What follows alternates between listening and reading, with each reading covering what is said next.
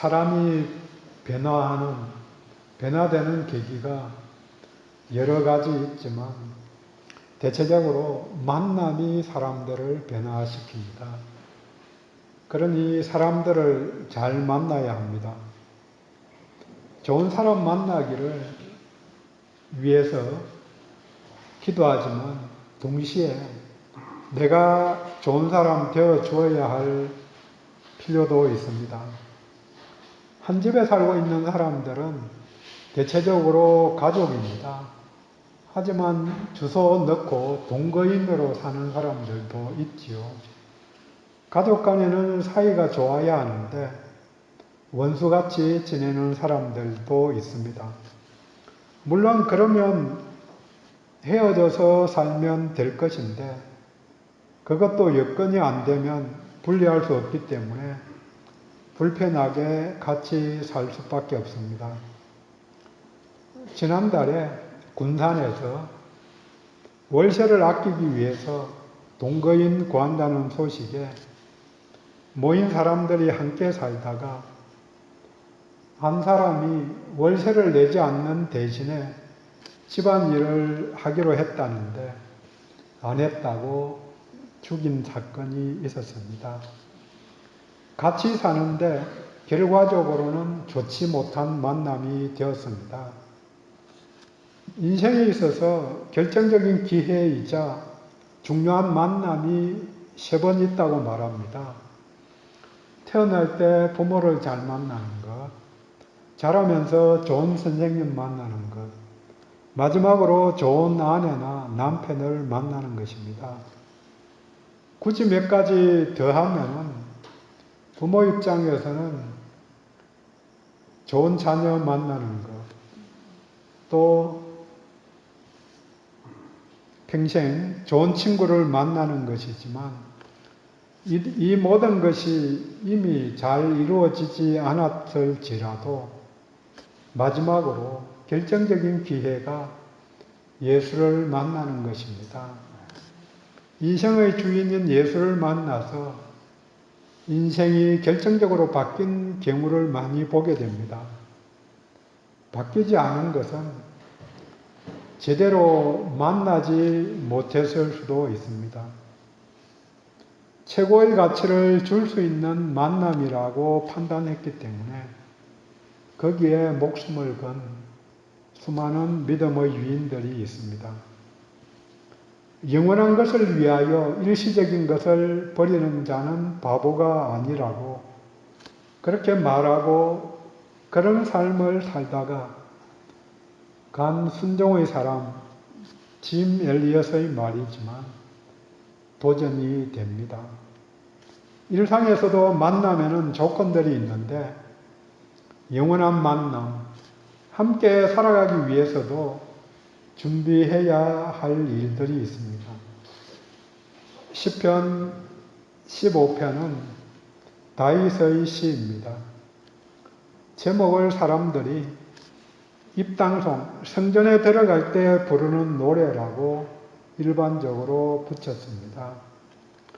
같은 다윗의 시로 한 달 전에 나눈 시편 24편을 기억하게 합니다. 24편 3절이 여호와의 산에 오를 자 누구며 그의 거룩한 곳에 설 자 누구인가? 같은 입당송이라고 이야기하는데 자세히 보면은 그 3절, 24편 3절과 15편 1절에 약간의 차이점이 있습니다. 24편은 거룩한 곳에 설 자, 여호와의 산에 오를 자 누군가 이렇게 찾았는데 오늘 본문 1절은 주의 장막에 머무를 자, 성산에서 사는 자 하고 묻습니다. 24편은 순례자들에 대한 노래이고 15편은 상주에서 살고 있는 제사장들이나 레위인들에게 해당된다고 볼 수 있습니다. 하지만 지금은 모든 성도들이 왕같은 제사장이고 거룩한 백성이기 때문에 또 우리 몸이 성령의 전이고 그래서 성전되었고 예수님이 내주에 계시기 때문에 우리들 모두에게 해당되는 말씀입니다. 누가 주의 성전에서 하나님과 동거하며 살아가는가? 거꾸로 우리들에게는 하나님이 동거해 사실 수 있는 건가? 하는 질문입니다. 그래서 오늘 제목을 동거인을 찾습니다 하고 붙여보았습니다. 하나님이 찾으시는 사람, 하나님은 어떤 사람을 찾아서 그냥 찾기만 하는 게 아니고 같이 나하고 살자, 동거인 되는 거죠. 가족을 만들려고 하는 하나님의 의지입니다. 처녀총각이 자기 짝을 찾는 것과 마찬가지로 자기 짝을 찾으시는 하나님이십니다. 성경은 하나님과의 관계를 결혼의 비유로 여러 곳에서 설명해 주고 있습니다. 본문 여호와여 주의 장막에 머무는 자 누구오며 주의 성산에 사는 자 누구오니까? 하나님의 집에 동거인으로 누가 살 수 있는가? 장막과 성산은 1차적으로 성전을 말하지만 2차적으로는 하나님 나라를 말합니다. 그러므로 이 말은 하나님 나라 동거인의 자격, 하나님 나라 백성의 자격입니다. 동시에 예배자의 자격이고 하나님 앞에 서는 자들의 자격입니다.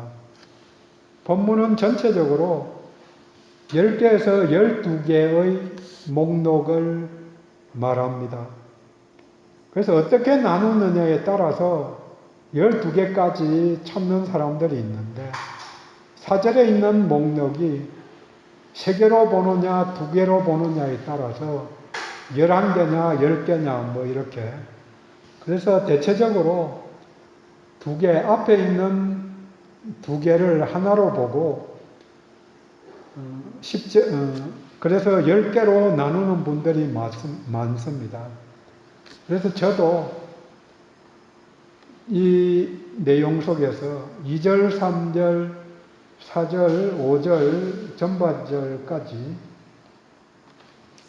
10개로 보고 세 부분으로 분류를 해서 함께 나누도록 하겠습니다. 그런데 전체적으로 이 10개의 내용이 다 동거인의 자격이 하나님 앞에서 예배를 잘 드리는 사람, 하나님 잘 섬기는 사람, 이런 표현이 있는 게 아니라는 거죠. 그래서 어려운 말로 제의적인 내용, 예배자에 대한 게 아니고 사회생활을 잘하는 그런 사람, 그 사람하고 하나님이 같이 살고 싶어 한다. 우리들도 어떤 사람하고 친구 되기를 원하는가? 예배 때 잘 예배 드리는 사람, 물론 중요하죠. 하지만 마음 편하기는 사회생활 잘하는 사람, 그런 사람들이 마음 편하게 잘 만날 수 있고 밥 먹기도 더 편하다는 거죠.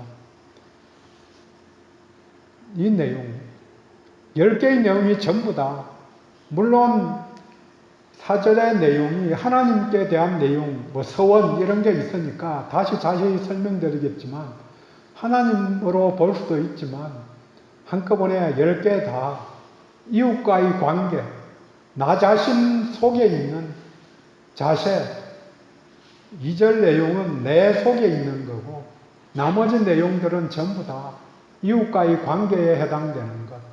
정작 중요한 하나님이 동거인을 찾는다고 말하는데 더 중요한 예배자 이 부분은 아니라는 거죠.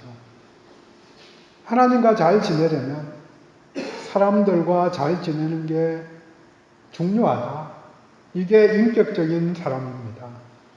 자격이기도 하지만 적용을 위한 모두들을 위한 권면입니다. 하나님은 일중심적인 분이 아닙니다. 거룩함으로 준비되지 않은 자들을 하나님이 일꾼으로 사용하지 않습니다. 설령 하나님의 도구로 사용됐다 하더라도 하나님과 전혀 관계없는 사람, 하나님을 믿지 않는 사람조차도 하나님이 섭리적으로 사용합니다. 그래서 이스라엘을 그 바벨론에서 돌아오게 만들어준 그 왕을, 갑자기 이름이 안 떠오네요. 내 종이라고 그렇게 부르거든요. 하나님이 그 왕을, 하나님 안 믿는 왕이지만 도구로 사용했다는 뜻입니다. 본문을 통해서 동거인의 자격을 함께 나눕니다. 하나님의 집에서 하나님과 함께 사는 동거인의 자격, 첫 번째, 행위가 올바른 사람입니다. 2절, 3절, 6항목이 여기에 해당됩니다.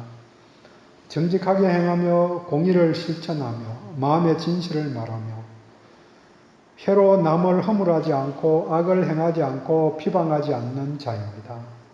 우리들도 이런 좋은 사람과 함께 지내기를 원합니다. 그런데 이 6가지 행동이 발과 손과 입이 관련됩니다. 올바르게 살고 악을 행하지 않는 사람인데 우리들의 행위로는 발로 찾아가서 손으로 실천하고 입으로 말하는 것으로 드러나게 됩니다. 가야 할 장소에 가고 해야 할 일을 하고 또 할 말만 하는 것입니다. 시편 1편, 복 있는 자는 죄인의 길에 서지 않는다고 말합니다. 달이 인도하는 것이 중요합니다. 본문에서는 정직하게 행하라, 남을 허무하지 말라고 권면합니다. 정직하게 행한다는 것은 완전하게 걸어간다는 의미입니다. 어떻게 완전하게 걸어간다. 그러니까 발하고 연관이 되는 거죠. 정직이. 그래서 정직한 사람이 누군가 외줄타기를 하는 사람입니다. 이게 옳은 길이면 그 길만 가는 사람이 정직한 사람이다. 그 줄이 완전하기 때문에 그 길로만 가는 것입니다. 또 허물한다는 의미는 나쁜 소문을 퍼뜨리는 것입니다. 소문을 퍼뜨리는 게 입이 입으로 소문을 퍼뜨리지만 결국은 누군가가 발로 가서 퍼뜨리는 거죠.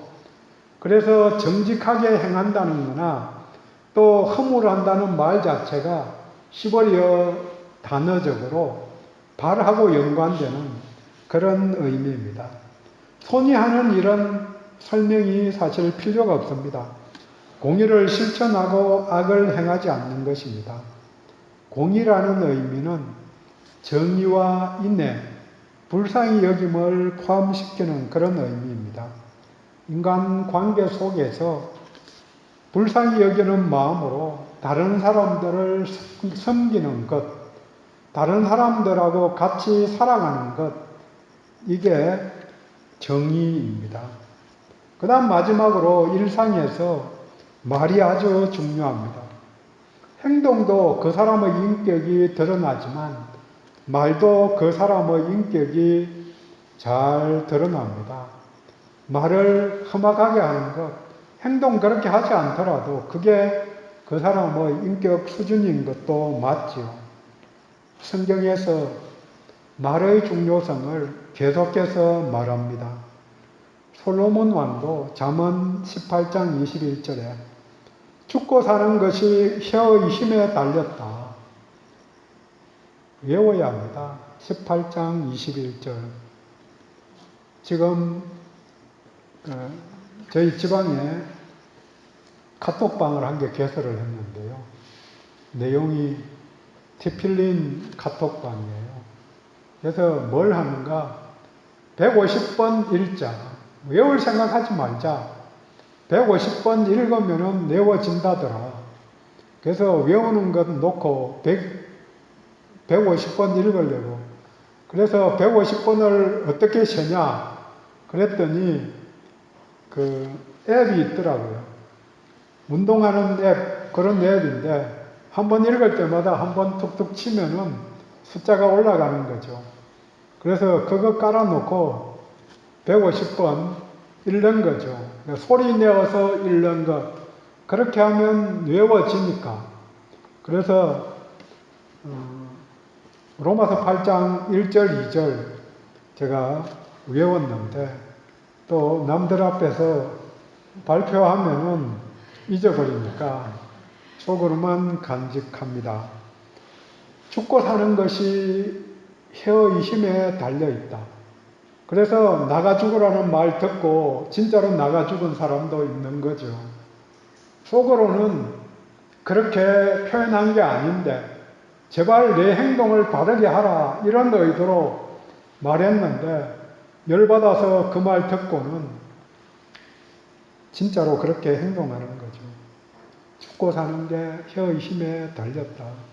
그래서 복된 말, 축복하는 말 하라는 거죠. 아무리 열받아도 잘 안 되지만 그게 내가 열받을 때 하는 말이 내 인격인 거죠. 그래서 그대로 나도 마찬가지로 그렇게 되어져 가는데 성도들은 말씀이 육신이 되신 그분을 모시고 사는 것이어서 또 성령 충만의 다른 말이 말씀 충만이기 때문에 말씀을 외우는 게 읽는 게 중요합니다. 그분의 말씀만 전달하는 거죠. 하라고 한 것, 복된 말 하라고 말씀하셨으니까 복된 말을 하는 거죠. 잘 될 수 있다. 지금 우리 형편이 어렵지만 하나님께서 함께 해주시니까 건강도 나아지는 거고 한 걸음씩 또 예수 안에서 마음의 평강도 점점 확산되는 거죠. 본문은 진실을 말하라, 비방하지 말라. 그 이유는 살리는 말을 하기 위해서입니다. 이 말이 저 사람을 살리는 말이면 당연히 해야 합니다. 하지만 죽이는데 기여하는 말은 입 밖에 내지 않기를 원합니다. 하나님의 집에서 하나님과 함께 사는 동거인의 자격 두 번째, 태도와 방향이 올바른 사람입니다. 이것도 이웃에 대한 태도입니다. 4절입니다. 먼저 망령된 자를 멸시하는 것, 곧 여호와를 두려워하는 자를 존대하는 것입니다. 그래서 그게 연결되니까 하나로 보는 거죠. 망령된 자를 멸시하고 여호와를 두려워하는 자를 존대하는 것. 망령된 자는 험한 것을 찾는 자들입니다. 일시적인 것에 마음을 빼앗기는 사람을 말합니다. 살아가면서 이 땅에서 필요로 하는 것이 아주 많습니다. 한 끼 끼니를 걱정하는 사람들로부터 또 여러 가지 다 필요하니까요. 필요하기 때문에 구해야 합니다. 또 하나님 주신 것 받아서 사용합니다. 하지만 거기에 마음을 빼앗겨서는 안 됩니다. 무엇을 내가 중요하게 생각하고 있는가? 친구가 그 사람의 얼굴이듯이 중요하게 생각하는 가치가 그 사람의 인격입니다. 내게 속한 것이 나의 또 다른 얼굴입니다. 부부가 닮는다고 이야기합니다. 원래 닮은 사람을 선택하기도 하지만 공통된 가치로 인해서 점점 닮아가는 것입니다. 한 사람이라도 다르면은 다를 것인데 싸우기 싫어서 그냥 동조하는 경우도 있지만 그렇게 살다 보니까 20년, 30년 살다 보니까 꼭 같은 생각을 계속해서 하게 되는 거죠. 그렇게 얼굴을 만들어 가는 것입니다. 링컨 대통령이 말했다는 마흔이 넘어가면 자기 얼굴에 책임을 져야 한다. 옳습니다. 남들이 보면서 예수 믿는 사람 같이 생겼다 이러면 복된 말인데 왜 사기꾼 같이 생겼냐 이러면은 간단하지 않은 거죠. 허망한 것, 우상을 섬기는 사람은 우상의 성격을 닮아가는 것입니다. 예배하는 자가 예배의 대상을 닮아가는 게 당연합니다.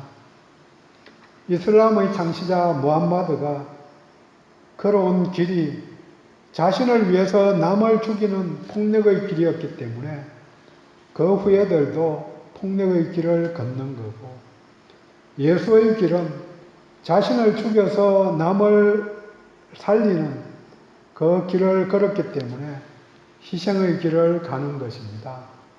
물론 그걸 선택해서 헌신하는 자가 그렇게 많지 않은 게 문제지요. 여호와를 두려워하는 자, 섬기는 자를 존대하는 것이 망명된 자를 멸시함과 연결되는 긍정적인 명령입니다. 존중하면 나도 그 대상을 닮아갑니다. 그리고 서원한 것은 자신에게 손해가 되어도 지키는 자라고 말씀합니다. 그런데 이 구절도 어느 사본에는 이웃에게 하는 단어가 들어 있습니다. 서원하는 게, 약속하는 게, 이웃하고 약속한 것은 손해가 되더라도 지킨다는 거죠. 사람들은 손해와 이익에 민감합니다. 그러나 내가 손해를 좀 보면 상대방은 이익이 될 것입니다. 약속을 지키는 것은 또 진실과 연결됩니다. 정직과도 연결이 됩니다. 필요에 따라 마음을 바꾸는 길은 바른 길이 아닙니다. 삶에서 중요한 것 중 하나가 내가 예수를 드러낸다. 내가 예수라는 거죠. 우리 교회를 대표한다는 것입니다.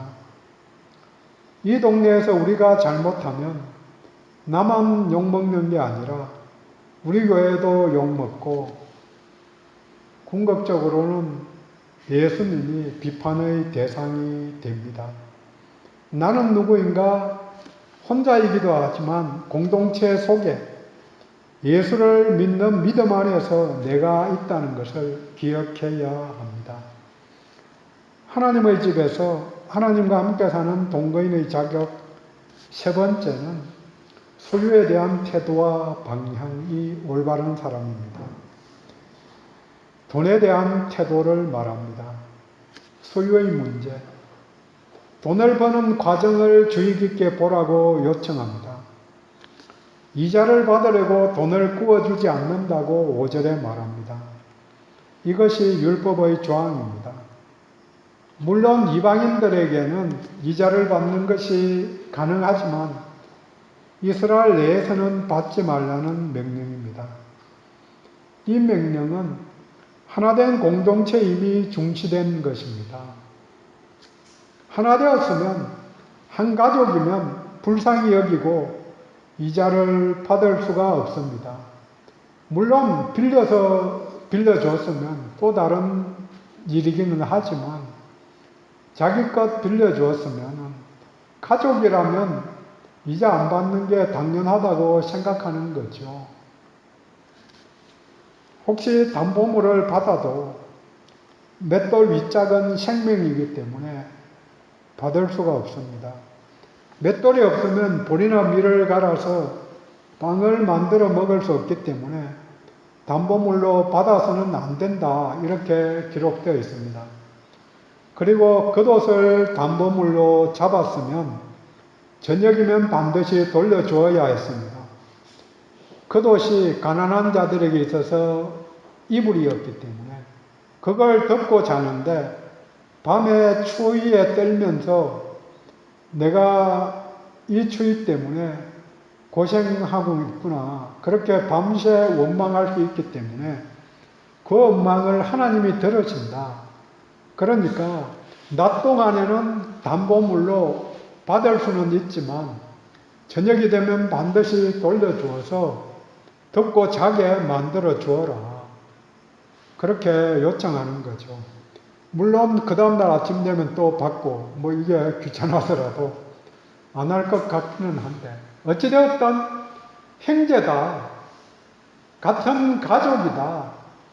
그래서 유대인 탈무드에 나오는 이야기로 한번 좀 드린 것 같은데, 머리가 둘 달린 애가 태어났다.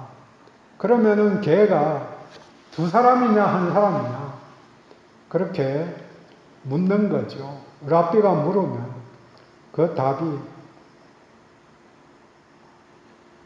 두 사람이다 한 사람이다 이 답은 아니고 테스트를 해봐라. 어떻게? 뜨거운 물을 한 머리에만 부어봐라. 그래서 둘 다 뜨겁다고 하면 한 몸이고 한 놈만 뜨겁다고 그러고 한 놈은 가만히 있으면 두 몸이다. 그 이야기를 하는데 유대인들은 유대인들을 우리 가족들은 하나님의 백성은 하나님의 백성들이 서로 돌보아야 한다. 물론 그게 잘 안 됐기 때문에 느헤미야서나 이런 내용들을 보면은 원망하고 뭐 종으로 삼고 이런 이야기가 계속해서 나오지만 하나님의 원리는 마찬가지라는 거죠. 가족이다. 가족이면 돌봐야 된다. 이 내용이죠. 돈을 구워주어도 가난한 그들의 형편을 생각해서 이자를 받지 말고 먹을 것이 없으면 먹을 것을 주라는 요청입니다. 마지막으로 뇌물을 받고 무죄한 자를 해치지 말라는 요청입니다.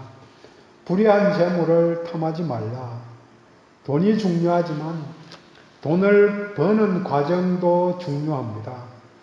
하나님은 하나님의 일을 하되 하나님의 방법으로 행하기를 원합니다. 한국교회의 타락 원인 중에 물질관이 올바르게 정립되지 못한 점도 있습니다. 잘 믿으면 하나님이 물질적인 축복을 주신다. 거꾸로 물질이 풍성하지 못하면 믿음에 문제가 있다는 생각입니다. 성경의 한쪽, 반쪽을 떼어서 버려야 되는 거죠. 십자가와 함께, 나와 함께 고난을 받으라. 믿는 자들은 고난을 받을 수밖에 없다고 이야기한 그 구절은 다 버리고 믿는 자들과 함께 하셔서 복 주신다. 이것만 끊임없이 말하는 그런 반쪽알이 성경책이 되고 반쪽알이 믿음이 된 거죠.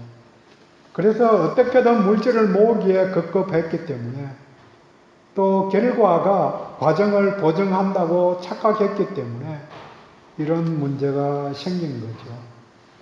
뇌물을 받아서는 안 되죠. 하지만 이해관계에 따라 결정하고 편을 드는 것이 정의가 아닌 것이죠. 정당하게 버는 것도 중요하고 또 잘 사용하는 것도 중요합니다. 어디에 무엇을 위해 썼느냐가 그 사람의 얼굴이고 가치입니다. 사실 남을 돕는 것은 있다고 가졌다고 하는 것은 아니죠. 관심입니다. 나눌 수 있는 모두가 되기를 원합니다. 그러라고 적지만 각자에게 하나님께서 주신 게 있는 거죠. 하나님과 동거하며 사는 자에게 주시는 복이 5절 말미에 기록합니다. 이런 일을 행하는 자는 영원히 흔들리지 아니하리라. 흔들리지 않는 복입니다. 뿌리 깊은 나무는 바람이 불어도 흔들리지 않습니다. 마찬가지로 주의 집에 거하는 자는 하나님이 보호하십니다. 반석 위에 지은 집은 바람이 불고 홍수가 나도 무너지지 않는다. 마태복음 7장에 이야기합니다. 며칠 전에 상도 유치원이 기울어져 철거를 하였는데 옆에서 아무리 탑하기 공사를 해도 반석 위에 있었으면 기울어지지 않았을 것입니다. 정리합니다. 하나님의 나라에서 하나님과 동거하는 자의 자격으로 10가지 자격, 삶의 태도와 행위를 말해줍니다. 해야 할 것과 하지 말아야 할 일들이 있습니다. 이것을 지켜서 그 나라에 들어가는 사람은 아무도 없습니다.